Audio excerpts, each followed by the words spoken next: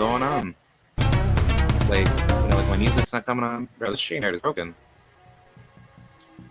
Okay, 1 second. Alright, alright. Okay. Alright, so, yeah, hey guys, it's K-Rad here. So, I don't know what's going on, but I am going to just start back to where I talked about.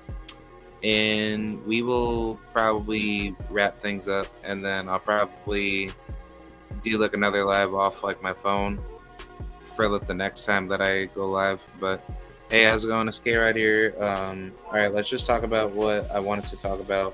I'm gonna quickly recap off of like what I just said. I was talking about like, the post-fight thoughts with Jesse Bam Bam Rodriguez versus Juan Francisco Estrada. I first talked about like the female fight card with Yamileth Mercado versus Rama Ali. I thought Rama Ali beat her, and I didn't see Yamileth Mercado win at all. I felt like that she got beat up really, really bad easily, and Rama Ali should have been the champion.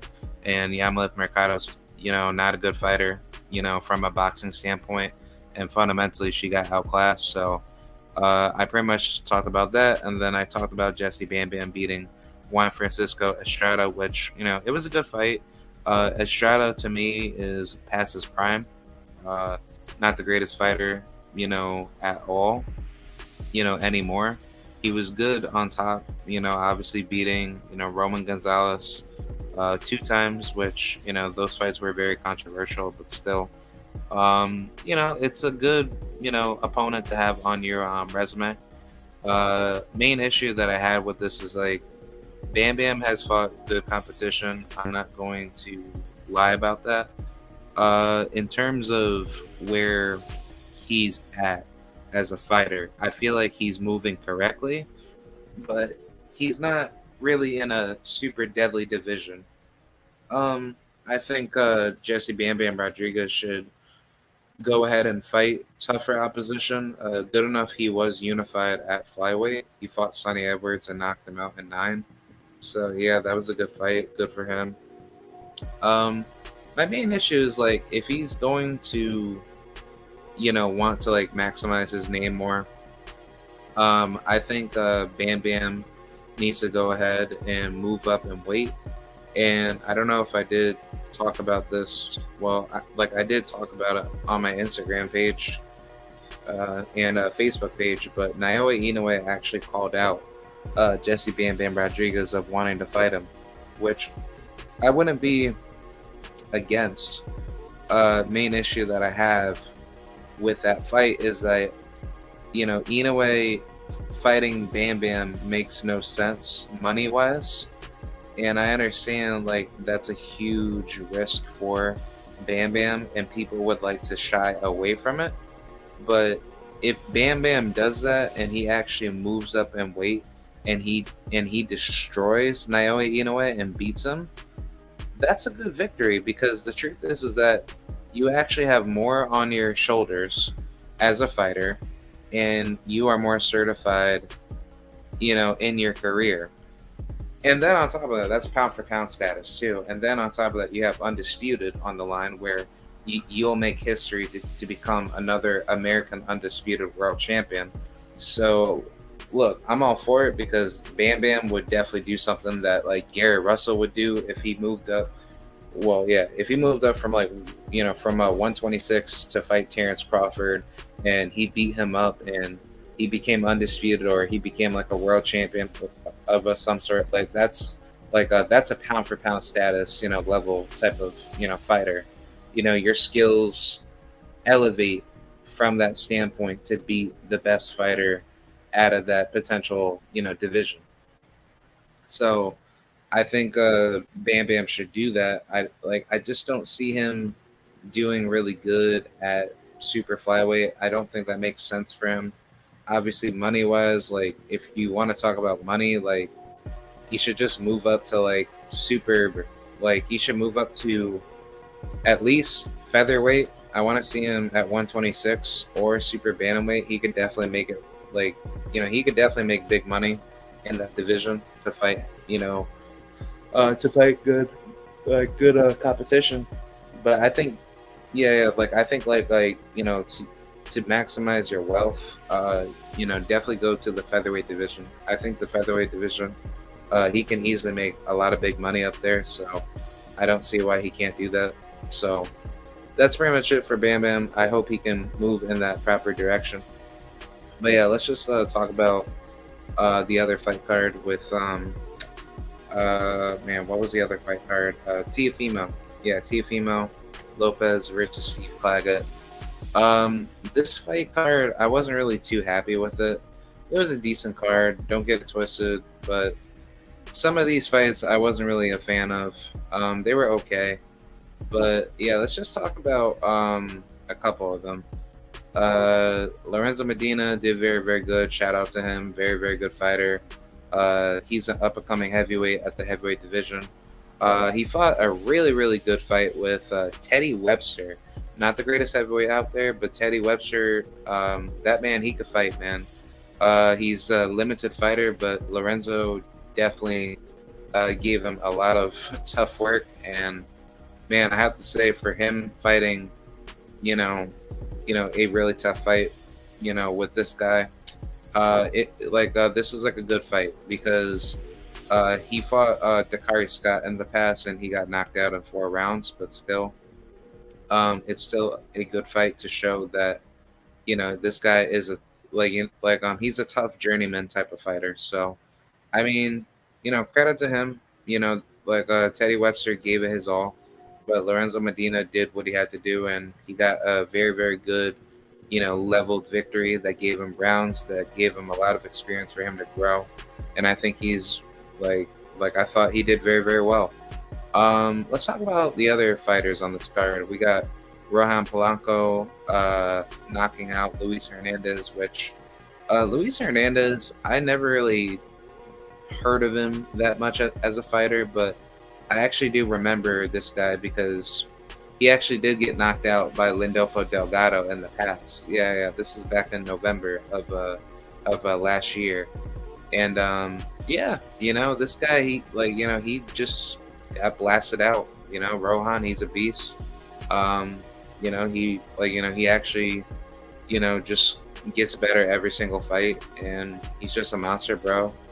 Rohan Polanco, he's a very, very good fighter, and he just keeps getting better every single fight. So, congratulations, buddy. I hope you continue to become, a lot better in your development. But I think Rohan Polanco, he's going to be a problem at 140. I definitely see it, and I think he'll be good at the world title level. Same thing with the other fighter, Jan Santana. He beat Brandon Valdez, which I didn't really, I wasn't really too surprised out of this fight. Simply because Jan Santana, he's a good fighter. Don't get it twisted. I like watching him fight. The problem that I have with him is that he tends to put himself in a tougher position where he's not in a good defensive mode of being basically technically responsible. But don't get it twisted. He can fight. He has a lot of great potential. I did like him as a fighter because he did fight this one Puerto Rican dude that he knocked out. He knocked out Justin Ortiz, in which he hasn't fought since he got KO'd back in 2023, which I find very surprising. But still, either way, good, good fighter, man. Jan Santana, he can punch. Has a lot of, good, good fundamentals with his jab, and he has amazing pressure. But I definitely like to see where he's gonna go in the future. But yeah, he had a good fight with Brandon Valdez because Valdez, he can punch too, and I thought this fight was probably gonna end in knockout. But I have to say that was a good level fight. So I don't know where Brandon's gonna go. I think Brandon, he's just taking whatever opportunity that's being put, right in front of him. So I don't blame him. He's he's trying to fight whoever's being put right in front of him, and that's smart because it's you're not running away from tough competition. You fought Ruben Villa, you lost an 8-rounder, but the fight before that, he fought Angel Contreras, which that's a good, decent fight because Angel, he can fight and he has a good style. But the one fight that I thought he should have won was a Jordan White fight. And Jordan White, he's a good fighter. Don't get it twisted. Like, I like watching him fight, but the main issue that I've had with him is that I think when we talk about Jordan's like development, um, he should probably end up fighting tougher guys. And I know he's going to be fighting. He's fighting August 3rd, but I don't know what promotion this is under. I think this is under. Oh, actually, yeah. I'm looking at the box rec right now. He's fighting under Davis Boxing Promotions with Eric Davis, but I don't know what's gonna be going on with this fight card. So it's gonna be interesting to see like where this is gonna go. But yeah, I think this should be a good fight. He's fighting in DC. I think he's gonna definitely get bigger opportunities down the road. But I don't think he's gonna be far away from fighting like Eduardo Sugar Nunez, which he's gonna fight Anthony Kakese very soon. Oh wait, actually no, Kakese, he's actually wow. Okay, I got some breaking news for you guys. Anthony Kakese is scheduled to fight Josh Warrington for the IBF Super Featherweight and for the IBO Super Featherweight title, in which he defeated Joe Cordina because he was the IBO champion. But still, like, dude, that's insane. Because I thought Eduardo Sugar Nunez is gonna get that opportunity. Wait, you mean to tell me Josh Warrington, out of all people, should get this opportunity after being knocked out by Lee Wood? Wait, what? Oh my god, come on, man. Wow. Bro, screw this cheating and boxing, man. Yeah, you guys know that I'm going to be talking about that, but bruh, oh my god, you guys are going to get a video out of this, oh my god, I'm gonna spark on Josh Warrington. I have no disrespect towards Josh. I have no beef with him, but it's like, dude, you do not deserve a title shot after being knocked out by Lee Wood. But supposedly, politics and boxing, people can just get those magical opportunities. So yeah, that's just wow, dude, just wow. But yeah, man, let's just talk about Brandon Valdez. Good fighter. I think he'll be fine. His career development will make him better. But same thing with Jordan White. I think Jordan White, he's gonna be up there. And I think he'll get the top 10 competition. He'll probably fight Oscar Valdez. I really want to see him and Andres Cortez. I think he'll knock him out really badly. And yeah, I think he'll be fine. Actually, personally, I would like to see him and Mark Magsayo fight because that's a good stylistic matchup, and he can definitely knock out Mark Magsayo. But that's not going to be a easy fight. Or he could fight Thomas Mattis, or he could fight Muhammad Kuja Yakubov. Yeah, I like to see that. I like to see Cortez or Oscar Valdez or Eduardo Nunez, Albert Bell, or I wouldn't mind Lamont Roach, but I think Roach wants to unify, so I like Yakubov or Mark Magsayo or Thomas Mattis, or even Robson Conceição, because I know Conceição, he oh my god, wow. Conceição. Oh my god, dude, this is crazy, man. Conceição is going to be fighting O'Shaquie Foster July 6th on the Shakur Stevenson undercard. Oh my god. You mean to tell me this man is getting multiple title shots now? He gets Oscar Valdez, which I thought he won that fight. I'm not going to lie.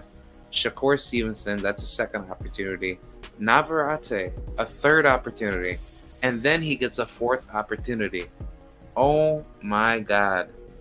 OMG. Ah man, I just don't think he's that good, honestly. But I think he's gonna get beat up. I think he's just gonna get knocked out. I think Oshaki, he's way better than him, but I have no disrespect for him. You know, he's gonna come to fight. He's gonna give it his all. But dude, how is this man getting a fourth title shot when he's not even known on top rank? He's not like a well-known fighter in the division. He hasn't beat anybody, but still it's like you lost pretty much like two world title shots, and then you obviously had a draw with Navarrete, which I don't blame you. But yeah, like I don't mind it, but it's like Oshagi Foster, he deserves to be fighting like Navarrete. If like honestly, he should fight Navarrete, and then that should just get unified with Anthony Kakese, and then whoever's gonna pick up with the W. Well, yeah, he should also fight Lamont Roach too. But yeah, like I'll be talking about that. I'm gonna talk about Oshaki Foster with Robson Conceição, and I'm gonna talk about Josh Warrington versus Anthony Kakese. Man, oh my god, dude. I have been out of the loop with some of these fights in boxing, but you guys are gonna hear it. You guys are gonna hear it from me very, very soon.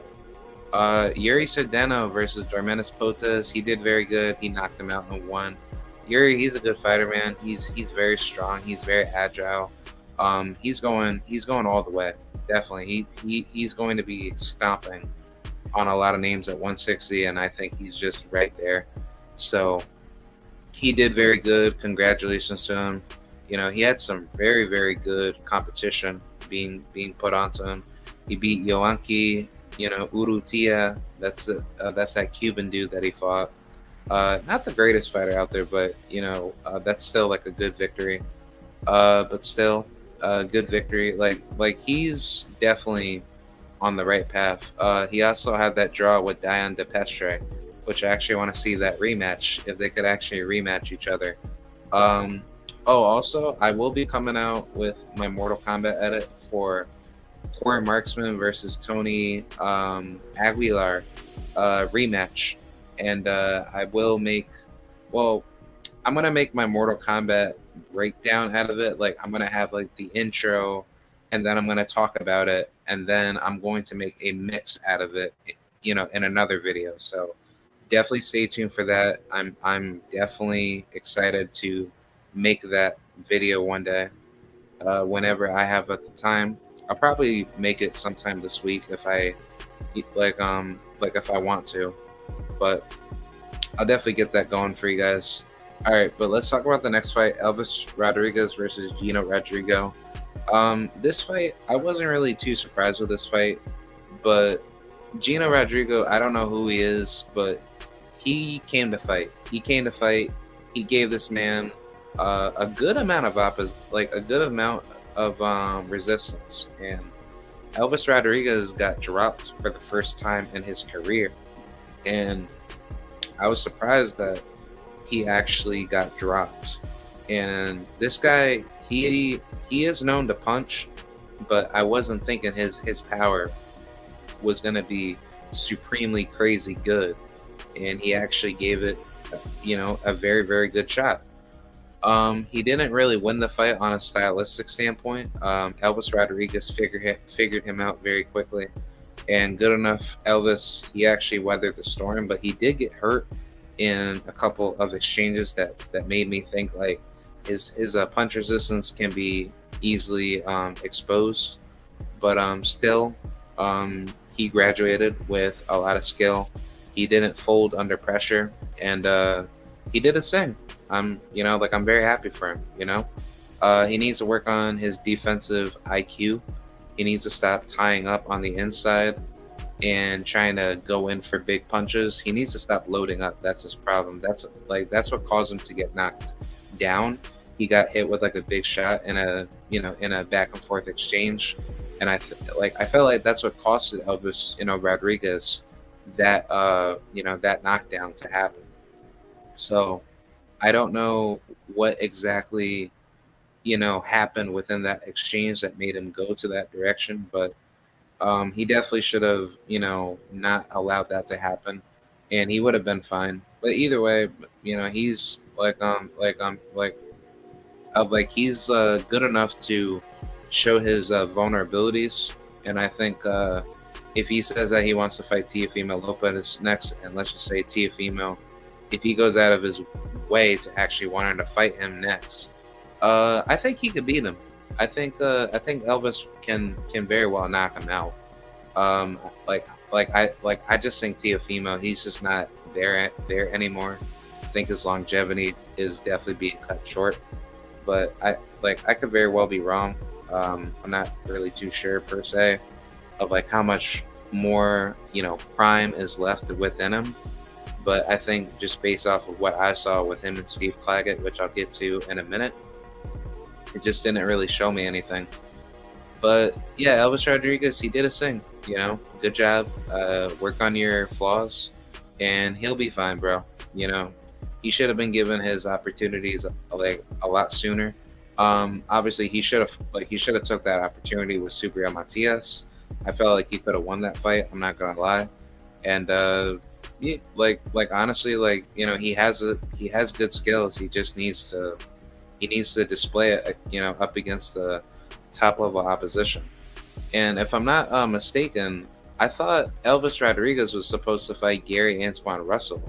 If I'm not mistaken, I felt like they were supposed to fight in the past or leading up to Antoine's loss when he fought Alberto Puello. But either way, I think he'll get his opportunity very soon. He's not far away from reaching a world title, so I think he should do it. I think he'll be fine, bro. So yeah, that's pretty much it with him.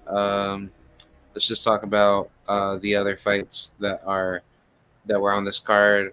Nico Ali Walsh fighting Sona Akale. People thought he lost this fight.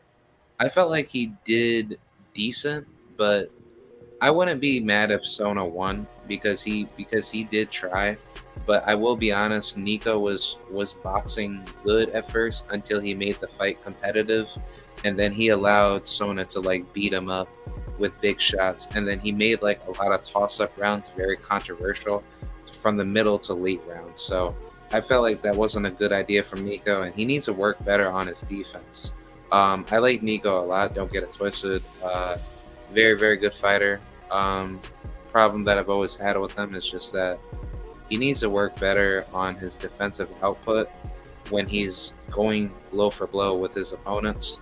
I think he'll be fine because I think he's constantly getting better every fight.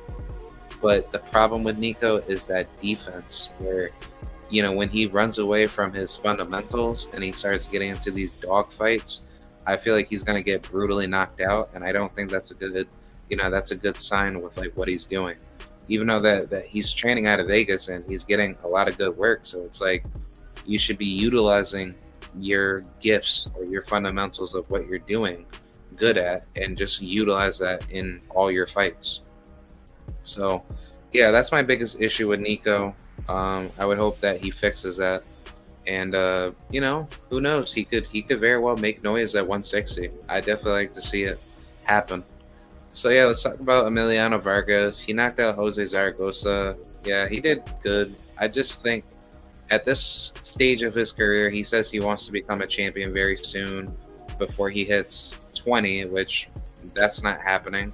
But he's 20 years old. He's 11-0. So I think it's time for him to just fight top level opposition. If he wants to move fast, I think he should really go ahead and fight a guy like Miguel Madueno, Justin Paldo.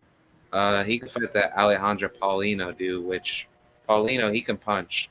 And I have to say, like, he's a good level puncher, but he can also box too. So I think that's a very, very good fight. He fights on Team Combat League, and he can actually hit. So I saw him put some good hands, on certain guys that are on the come up. But I don't mind seeing Emiliano fight any guys that are in like the top 100 or the top 25. I don't mind Andy Cruz, Alan Garcia, Carlos Balderas. That's a very, very good fight. That's a good name to fight. He's actually fighting William Encarnacion. that's coming up on in August 31st, of this year. He's going to be fighting on the 360 promotions, which that's quite interesting. He's going to be fighting, you know, he's going to be fighting on the Kane Sandoval versus Romero Duno undercard, which I find it surprising that Romero Duno he's still fighting, and I don't know why he's still fighting. I just think it's just time for him to just really just don't do boxing no more. He's not really being defensively technical anymore, and he's getting stopped. So I think his longevity's up, and I just don't want to see him get brutally hurt. So I'm not trying to be rude. It's just like, as a fellow individual that tries to be honest with people, like I would say, like I don't want to see you get beat up anymore. So, but either way, I guess we'll see what happens with Kane. If Kane knocks him out again, then I think it's time for him to just hang it up, because Kane Sandoval, he's a tough dude, and I think this fight being at 140, if I'm not going to be mistaken, that's going to be a really big risk for Romero Duno. But either way, I guess we'll see what happens. But yeah, Emiliano Vargas, he should fight all the top lightweights like Abdullah Mason, Alan Garcia, Andy Cruz, or any of the top 15, top 25 lightweights. He says he wants to become like a champion very quickly. So if he's on the fast track, I don't mind seeing him get matched up against difficult level fighters. So yeah, that's pretty much what I have to say. Yeah, let's talk about the homie Robeisy Ramirez knocking out Brandon Benitez. Good fight, I have to say. Brandon Benitez, he's a decent fighter himself, but he gave it his best shot, and then Robeisy just knocked him out. I was really thinking that this was gonna be a decision, and Robeisy, he put in a lot of work, and he just took his time, and he just methodically broke that man down to the punch, and he did what he had to do. So I have to say, good job. I don't down on him. I always try to give him credit, try to help him out, because he's been through like a lot. I have like my issue up against him where he was trying to be like a hothead up against Abraham Nova, but either way, like that fight was done and gone. But the truth is just like, he had his moments to try to, enjoy his victory, but then he tried to go too far of trying to be rude. But like, I'm already like past that, so it's like, it doesn't really matter to me. But still, I've actually just, I just gave him more credibility as he started beating on good competition, and he's been doing a very, very good job. So I mean, good job. He's back on top. He has the WBO, NABO featherweight championship. So I think he's probably going to get his rematch with Rafael Espinoza. And I felt like Espinoza, he was on fire with Sergio Sanchez. He did his thing. He dropped him in round 1, 3, and 4. And dude, he's a monster. I was just quite surprised. Like, Espinoza is actually that good of a fighter, and he's a big featherweight at 6'1". You have to give this man credit. Like, I don't know how he's making 126, but hey, credit to him. He should be fighting at like welterweight, because dude, you're 6'1". You should not really be anywhere sitting at 126 or 130 or 135. I think 140, that will be interesting if he actually does some big moves at the bigger divisions. But 6'1" fighting at 126, I really do think that there's something a little bit questionable about that. It's like, yes, like you are 30 years old, and I understand, like, you're not getting any younger, but still, like, I think like you scale a lot better at the bigger weight classes. But hey, he's making weight, so I'm not really mad at it. He hasn't fought any great competition, so leading up to Robesi Ramirez, I have to give him credit because he took a big risk of fighting Robesi with a lot of big odds stacked against him. So he actually earned his title the right way. And in Robesi, he was hurting him. He was hurting him really, really bad. And when he did drop him, I was like, dang, I thought Robesi was going to knock him out. And then he came back in the 12th round and he was able to knock him down. But I think it was just simply due to Robesi being tired. Because the truth is that if you are draining yourself down to 126 and you're 6'1", the truth is like Rafael, if he fought Robesi at his natural weight, which I'd say like it's technically welterweight, he would probably knock out Robesi. Compared to Robesi, him fighting Rafael while Rafael had a disadvantage showed that Rafael has heart and he gave it his all to give Robesi a tough fight. But Robesi, he's dangerous enough to actually knock him out. So, yeah, I think Robesi and Rafael, they're pretty much, neck and neck. Their skill level is just about the same. So I think rematch is definitely going to be on the horizon. And I don't mind seeing this fight, with a trilogy. I think a trilogy will probably happen if Robesi beats Rafael Espinoza in a rematch, and then he ends up having a trilogy to defend his title. I'm all with it. I am all with it because right now, 126 is on fire right now. You got Nick Ball, Raymond Ford. He's going to be moving up to 130, but you still got Angelo Leo fighting Luis Alberto Lopez, and then you got Anthony Kakese fighting Lee Wood, fighting Josh Warrington, which I don't understand how that happens. But then Shushu Carrington, he's sitting at number 13 on BoxRec. But I think Shushu, I personally think Shushu, he's probably either going to get his opportunity to probably fight. I'll probably say maybe let's just say Ruben Villa, if Top Rank is just going to give you Top Rank opponents. But I really want to see him fight, I want to see him and Ray Vargas fight. I think that'll be a great, tremendous fight if they were to fight. And I want to see, any of the other top featherweights like Carlos Castro, Victor Morales. That's a very, very good fight. And Mirko Coelho out of Argentina. He's a decent fighter. But yeah, he got plenty of smoke at 126, bro. Honestly, 126 is on fire. You got other fighters like my homie Omar Trinidad. You got Jonathan Lopez. Gio La Roca. Dude, this this division is just getting stronger and stronger. So I definitely like the division. The division is just on fire. I'm definitely liking where everything's going. But I think Robesi, he's definitely gonna get that rematch, and I won't be surprised if he moves up to 130 and tries to become a 2 division or even 3 division world champion. I like to see him, move up.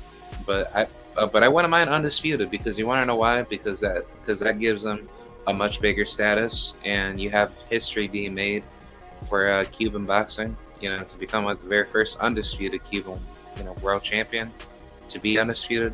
Well, I might have to do my research on that, because if there were any world champions, back in the 1 belt era or 2 belt era, where those champions became undisputed, then I'll probably make a documentary on that, because I like to make a video about that, to talk about that historical context. But good job to Robesi. He did very, very well, and I hope to see him succeed. And I think it will I think he will capture a lot bigger, a lot greater success in the future. But yeah, let's talk about Tio versus Steve Claggett. I thought Teofimo lost his fight. Well, actually no, I thought Teofimo won. I'm sorry. And Steve Claggett, he just exposed him, man. He just he gave Teofimo a very exposed type of rough, rugged fight. And Tiafimo just made this fight really, really boring. Um, I thought Tio was going to knock him out, and surprisingly, he just goes a 12-round decision, which, his past couple of fights, he hasn't been looking good at 140. Uh, Granted, credit to him, he beat Josh Taylor and he beat Jermaine Ortiz, which I thought he lost that fight. And, like it just doesn't look any better. I think ever since he came to 140, like good, you beat Sandor Martin, which I thought Sandor Martin beat you, and then he gave himself like a huge victory beating Josh Taylor, which he did way better in that fight. But stylistically, his development just doesn't look good at 140. Like it just seems like he has a lot of lows rather than highs, and I don't think his scaling is there at 140.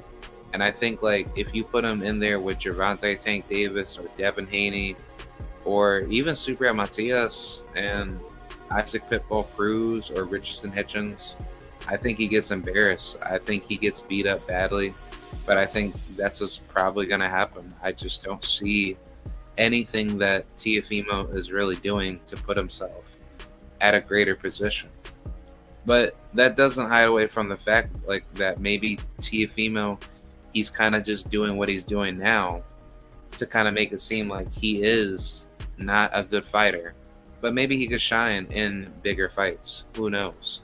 But I think Tiafimo, he'll be fine.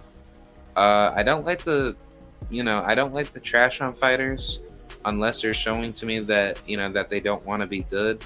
But I try to be educated about it. But Tiafimo has shown a lot of unscaled potential, and he's not showing that he wants to be successful. So I just think where Tiafimo's at right now, he's not putting himself at a greater position of where he can be. So that's just more to do with him rather than how people view him in the sport. But either way, he just looked really bad out there. And Teofimo Lopez, he needs to stop listening to people giving him false information. So I think like he needs to stop giving him false sense of security, and he needs to stop hyping himself up and stop acting like he's like the greatest fighter since sliced bread, to think that he's above all these other fighters. When the truth is that you didn't need to fight Steve Claggett. You could have easily unified with like a Devin Haney. You could have fought Subriel Matias when he had his belt, and then he wanted to fight him. Like he wanted to fight you, and then you didn't want to fight him. It's just like you just allowed Subriel Matias to go ahead and fight Liam Pero, and then look, Liam Pero beats him, and then what, is he going to be hyped up? Like, I don't think Liam Pero's holding on to the IBF title, but best believe if Subriel Matias, if he comes back and he whips on Liam Pero in the future, or he becomes champion again by going for a different belt, I won't be surprised, because Subriel Matias, he was given that loss because he didn't perform properly, and that loss definitely helped him, in my honest opinion. So he needed that. But imagine if he gets better, he ends up succeeding, and then he ends up beating on everybody else at 140. I think that's pretty much what will probably happen. But with Teofimo Lopez, he's fighting a Steve Claggett that gave him problems, and then Teofimo just basically went blow for blow with this guy, and then he gets pieced up. So it's like, I don't think that's a good evolution in your skill set. So I don't know. It's going to be interesting to see where Tio's going to go, but I don't think he's really going to go that far. So I just think like where it stands right now, it would be better if he fought better competition from basically from the beginning, when he went from 140, when he went into 140, he should have unified the WBO after he beat Josh Taylor with Devin Haney, and then fighting guys like Subriel Matias, and then going after like whoever is like out there. So yeah, that's pretty much it. I just wanted to kind of talk about that. But yeah, let me talk about the cheating scandal within boxing. I wanted to kind of talk about the whole issue with Ryan Garcia and Devin Haney cheating. I heard a lot of things going on where Devin Haney is going to push legal action against Ryan Garcia. He's going to sue him for money. And then on top of that, Ryan Garcia lost a court case where he was already in court for cheating, and the drug test came back negative. Well, came back positive. So basically, the New York State Athletic Commission got him fined, and then he got suspended for a year, which I felt like that was absolutely disgusting. I felt like that, if anything, on a stricter basis, he should have been fined a lot of money, and he should have been prosecuted and jailed with, I'd probably say, if anything, like a 5-year, probation. But on top of that, you would have went to prison. I think that makes sense. You go to 5 years for prison, and then you get out. You're on 5 years, probation. I think that's not the type of punishment that governing status bodies should do if people are being caught for any means of cheating in sports. But it's like, when you look at it on the praxis of somebody getting locked up for a drug crime, for a victimless crime that shouldn't need to be applied, those people go to prison for a very long time, which is insanity. So I just think let the double standard in boxing makes no sense. So I just think Ryan Garcia should be made out of a huge example, and he should be financially ruined, and his life should be ruined because you tried screwing Devin Haney's life over. As far as my solutions go of how I would try to fix cheating in boxing, philosophically with me, I'm very anti-state. I'm very heavily libertarian. I definitely like to see the state gone. With me being a like a quote unquote ANCAP, but that's beside the point. But my solutions that I would put into boxing is that, for my philosophical belief, I would like to see markets come together on a competitive standpoint to bring a competitive marketized structure to boxing.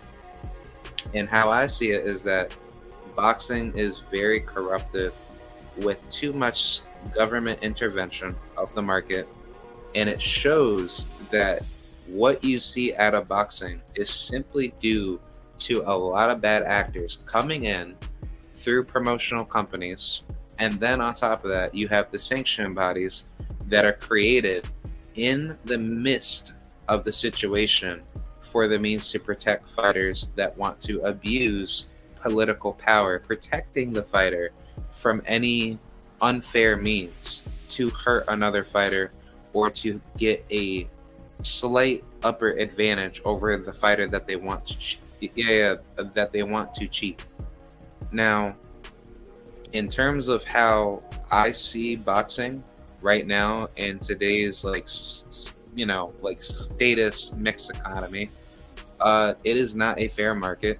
It is a unfair market that is very corrupted and intervened with a lot of bad actors, where a lot of state government enforcement is being put into it, where the state is monopolizing the industry, in the sense where you have, let's just say in America at least, you have a governing body that is held by a sports commission or sports athletic commission that the state holds monopoly over. So what the governing state does out of that political body is that these people are to be hired to do their job to be the quote-unquote regulators of the sport. Now, these regulators that are being hired are doing a bare minimum job to only test for proper regulations in the sport. But these people are not people that have been in boxing for a long time. It's like these are just people that are just being put in because government doesn't have a market to actually compete for it. They're the ones holding a monopoly to point the gun at everybody else to say, you must do this or else we will prosecute you. But the truth is that they can't do that because the sanction bodies are created in the midst of being the next actor working alongside with the state on top of promotional companies endorsing their events to have boxing fights wherever wherever they want. Now, that's in the American lens, because obviously in America it's a lot more different compared to like other nations that probably have like lesser regulations, that are not at the level where the state is controlling commissioning boards as much or holding a monopoly on it. So like I don't think that's really true, because it's like most of what the world is heavily connected with a lot of government intervention in their markets, where those countries that have governing bodies are having the state getting involved to have a monopoly on it, to make it harder for any other competing market agency to come in, make the sport better and basically promote a fair, a fair level sport. Because that's really what people want to see at the end of the day. Obviously, dumb casuals that say, well, no, that's not true. That's not what fans pay their money for. They just want to go see the event and then go home. Well, the truth is that, don't you want to see a fair event where you want to support your athletes and actually enjoy watching, a sport that you pay big money into? Like, you don't want to just be saying to yourself, oh, it's so great to go to a NBA game, but these NBA players are taking PEDs, and then LeBron James or any other athletes being caught with PEDs is it's such like a great figure for the sport. No, that's not true. So truth is that with me, how I see it is that how I would fix cheating is that when it comes to drug testing, or it comes to anything else in the sport where you are being caught with any means of cheating, it should be completely controlled by the market, where there are competing market agencies that get involved to review and investigate people that are cheating. And then when it comes to drug testing, it should be 24/7 randomized drug testing. So ideally with me, I don't want promoters in boxing. I think that's the potential red flag in the sport. You have a lot of bad actors in boxing that work with bad promoters that do bad things. So I would get rid of promoters altogether. You can have managers, you can have people that work behind the scenes as a matchmaker, working with, let's just say, like, for my idea, I like to see tournaments in boxing. I think tournaments would be such a great idea, but you would have multiple companies getting involved to designate proper rules and proper regulations through a consumer-based index of the market, responding to proper regulation to go after potential cheaters in the sport.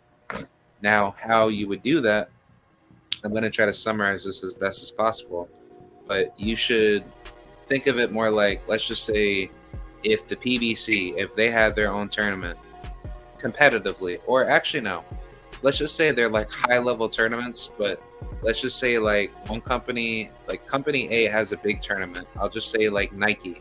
Nike has their world boxing level tournament, and all the greatest fighters around the globe compete for this tournament.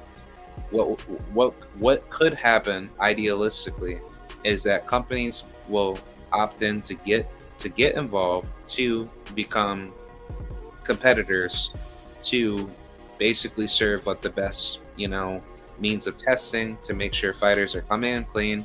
And then if a fighter is cheating, i.e. if they're doing drug cheating, or they're trying to tamper with gloves, or they're trying to use any means necessary to become a cheater, they're automatically prosecuted, or they're basically punished to not be competing whatsoever.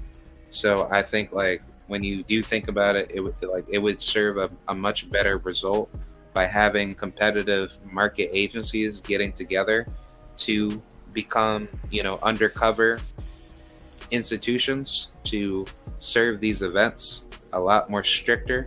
But on top of that, get rid of promoters in boxing completely, where tournaments are being held by a company and businesses opt in to get to become a part of this like event, but they're also competing with the best services to go after bad actors in the sport that are cheating. And then on top of that, you help the fighters become protected by having a legal defense, uh, you know, team of some sort, having like a dispute resolution organization to get involved. So therefore, if anything does happen where somebody does end up trying to cheat by trying to like get like some, I don't know, like brass knuckle, trying to get smuggled in to like a boxer's glove, and then they try to cheat somebody, then there will be legal restitution being paid out, and then the individual will get prosecuted. However, it may be fit. If there is like a, well, obviously in the statist worldview that that we do live in, where if the state ever gets involved of such manner, if markets do their job better than them, and then they end up bringing it up to let the state to say, hey, we we submitted a legal case to say of such and such fighter that cheated against this fighter, this fighter needs to get prosecuted for whatever crime that is seen to be fit to initiate punishment of some sort up against that fighter. But I just think, like, generally speaking, like, based out of like how I try to make it as short explained as possible, I just think that would make boxing way better. You could easily have like a massive multitude of competing market forces that come in, and they do their jobs to make sure everybody is being, how should I say, basically vetted properly, and that's how it should be. But also in terms of with like the drug testing in boxing, drug testing should be randomized 24/7. And people like to always ask me this question, like, how would you do this? Blah blah blah.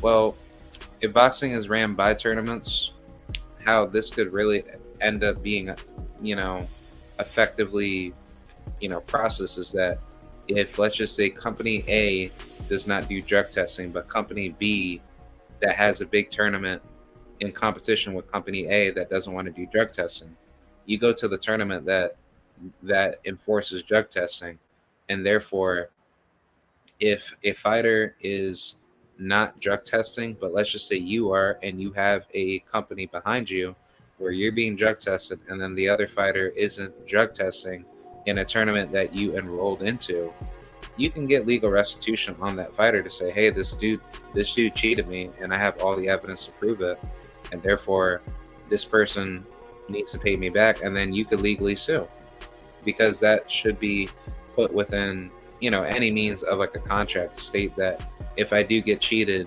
then I want legal restitution, and I will severely sue this such and such individual, and I want to legally prosecute them.